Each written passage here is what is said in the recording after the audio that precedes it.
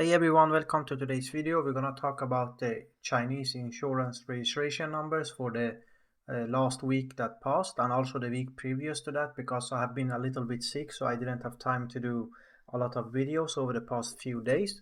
But we can see here that Tesla, after they had a insane kind of week 2 weeks ago, are down to the 18,000. That being said, it's still a very strong number for Tesla, we have to be honest there.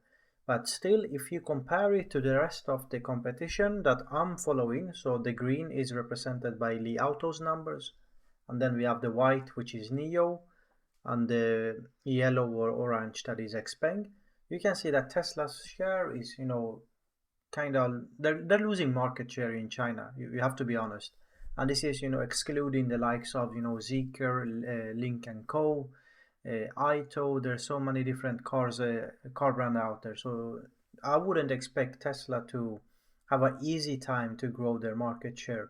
We know that Tesla Model Y Juniper, the updated one, will come in next year at some point, probably in the first half. So it's gonna obviously drive some new sales. But that being said, I don't expect that Tesla is gonna be in the kind of same marketplace and dominant marketplace as that they were 2 or 3 years ago. And actually, if you look at beginning of the year, you can see that there were some weeks where Tesla outsold these three other brands combined. But now it's been a long time since they did that. You can see that just Nio and Xpeng currently are selling 15,000 cars. So you could say that Nio and Xpeng are very close to catching up Tesla in China in terms of volume. So that's take it for whatever it is. It's not a bashing on Tesla. It's rather a strong performance from Nio and Xpeng. But again, the other side of it is also the margins, whereas those other two are still not nowhere near Tesla at the moment. That could change with time. You can see here just quickly looking at Nio's number and the important one, Onvo there. So Onvo's number here on row 7. I think by end of last month I said that there was a strong ramp up, in the last week of November. They went from 1300 to 1800. Then we always expect a slower start of the new month, so 1430 or so, and then 1700, nice ramp, because 1700 was very close to the previous record, which was the last week of November. And that's great to see that they were already in the second week of December, delivering roughly the same as they were delivering last week of November. That's always a good sign. And that's hence we can see that also in the third week of December they managed to deliver 2100 cars. And this is getting really interesting. There's a lot of negativity going on there on Twitter, regarding the guidance, right? They guided 72,000 cars for Q4. And with the first 2 months of the quarter that we had, it means that we have to have around 30,000 or so cars. In fact, if you look at the details, I made a quick summary there. You can see that if you remove the October and November numbers from the 72,000 that they guided for, that means that we need to have 30,449 cars. That's what we need, right? Is that possible? That's a good question, because if you've been following me, you know that on the blue bars here, blue bars are for 2024, and I've been going up and down this tree. It's been close to 30,000 for a few of the last months of the year. That didn't obviously happen, and then I kind of reduced it to 28,500 for Nio total. But now looking at how they are kind of delivering, I think it's possible that they do actually 30,000, because if you look at detail here, you can see that we are currently sitting at, I think, for total Onvo 5,510, and then we have Nio 14,000, and then 250, or let's say it depends on if you count the first day of the month, which was in the week that was reported in November, but one of those days was obviously from December, the 1st of December. So it depends on how, if I can add those additional 750 or so cars or not. But even if not, we would still be at around 19,000. And the question for you is now, how is that possible with one more week remaining that Nio will be able to deliver, more than 10,000 cars, 11,000 cars? Well, actually, it's not 1 week remaining, right? It's I think it's 1 week and two working days.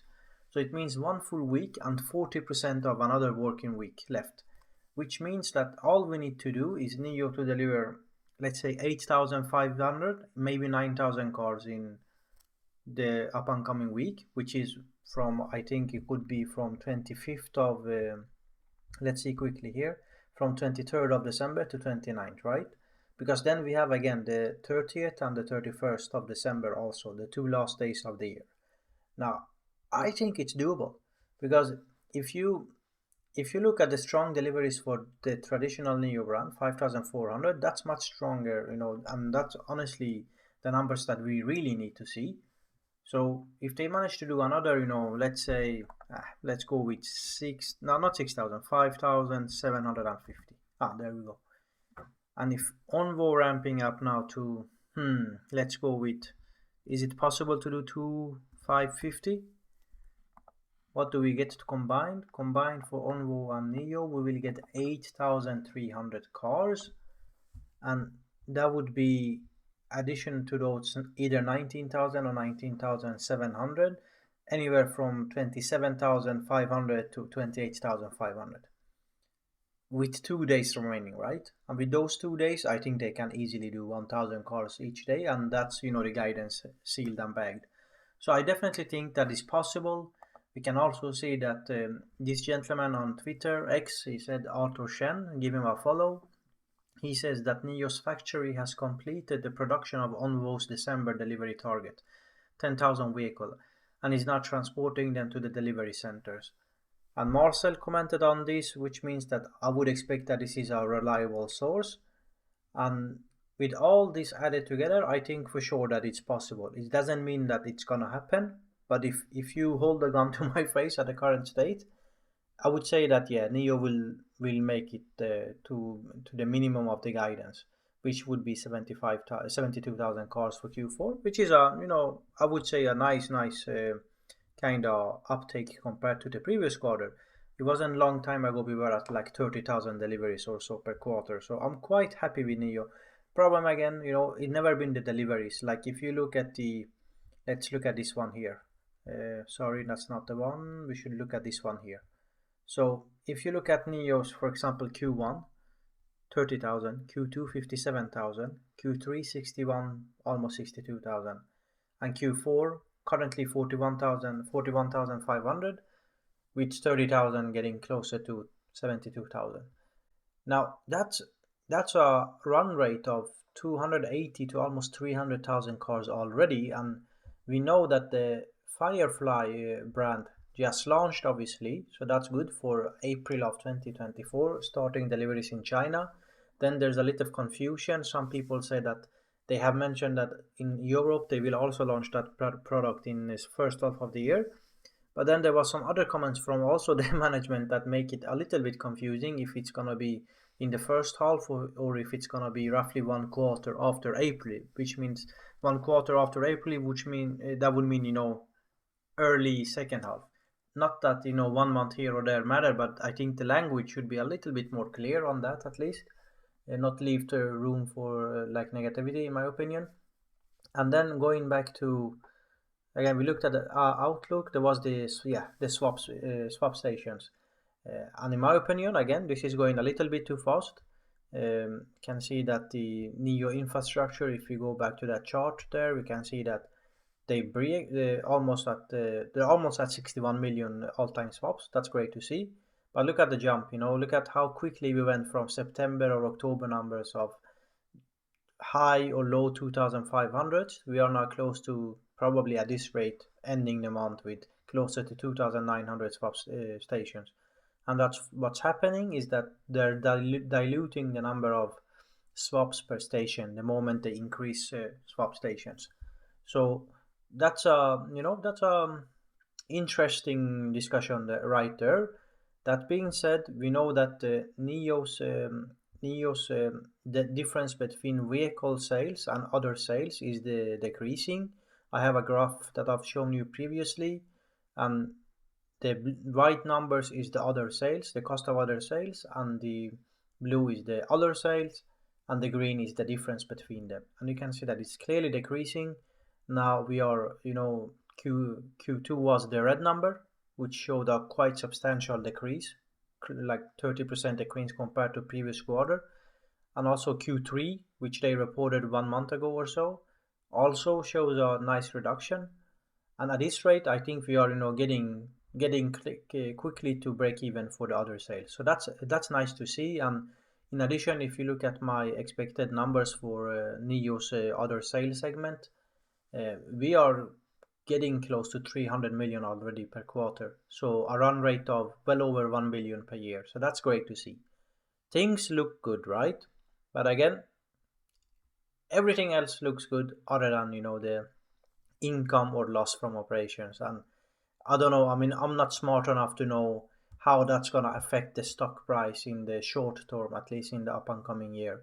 Because at the current stage, they showed some good signs over the past, year, that they started to slow the net loss a little bit. If you look at the peak that we had in Q2 of last year, 835 million net loss, and then going to 600, 700, 700, and 600 again there, high 600s, but then they started to increase it again now. All that being said, we know that Nio is obviously doing R&D for Firefly, doing R&D for Onvo, doing R&D for the traditional Nio brand. They launched the Nio 89 recently, like a couple of days ago, and they said that they sold that one out as well, which probably much higher margins. I wouldn't be surprised if they have like 28-30% gross margin on that car. That's a luxury car, so I think that's gonna definitely improve the numbers a little bit in the long run. Maybe if they manage to keep up the volume ramp a little bit more.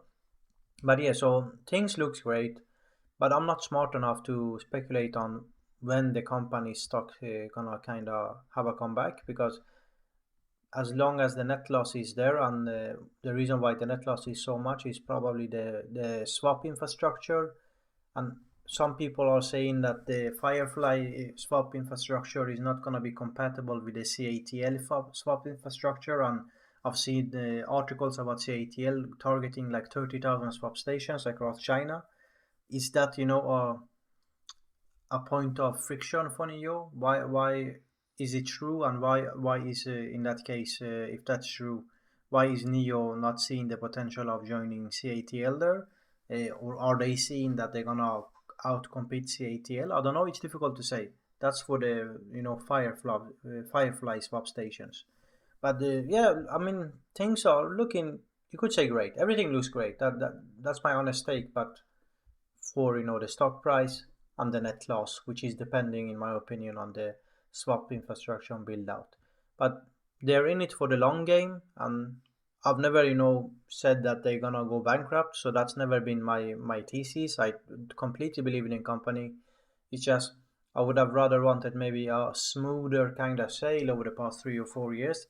And over the past half a year, I think I've been a little bit more critical due to, as the stock has been reacting this way over the past 5 years, despite everything. Tesla is back way above the all-time high now, and well, I mean, they lost a little bit of that over the past week, but they were almost at 500 US dollar, and Nio still stuck in like at 4.5 US dollar. And so my hope was that maybe they would see potential in the kind of revising a little bit at least of the momentum on the stock price. That's gonna be probably a positive take for the company, for the consumers, and also maybe attacking the short positions a little bit. But that's how it is. That's the reality. We're in it for the long game for Nio. So I think at least the fundamentals looks good, right? So we have to be honest that the fundamentals look good. I just don't agree with the swap stations. Yes, still, right? I'm not saying we should, not have any swap stations. That's not what I'm saying. Don't take that away from this video that we should stop with the swap station. Not at all. But I think the current pace is simply too much. And I think honestly, guys, look at it. Look how this the market even kind of gives you some signs to it. Like if you go to the rest of the automotive, right, and look at the Xpeng's 52 week. So they're very close to their 52-week high, compared to Nio that is, way down there, like they're very close to the bottom of the 52-week range. So I think honestly we have to be honest with ourselves here, and it doesn't look good, and that's how it is. But again, let's not get the video too long, and that was the quick update for today. And yeah, thank you for watching. Please like, subscribe, and engage in the comment section. I see your swap infrastructure comments. I've seen them. Maybe not agree with all of them, but I appreciate it. And yeah, so Merry Christmas, and see you in the next one.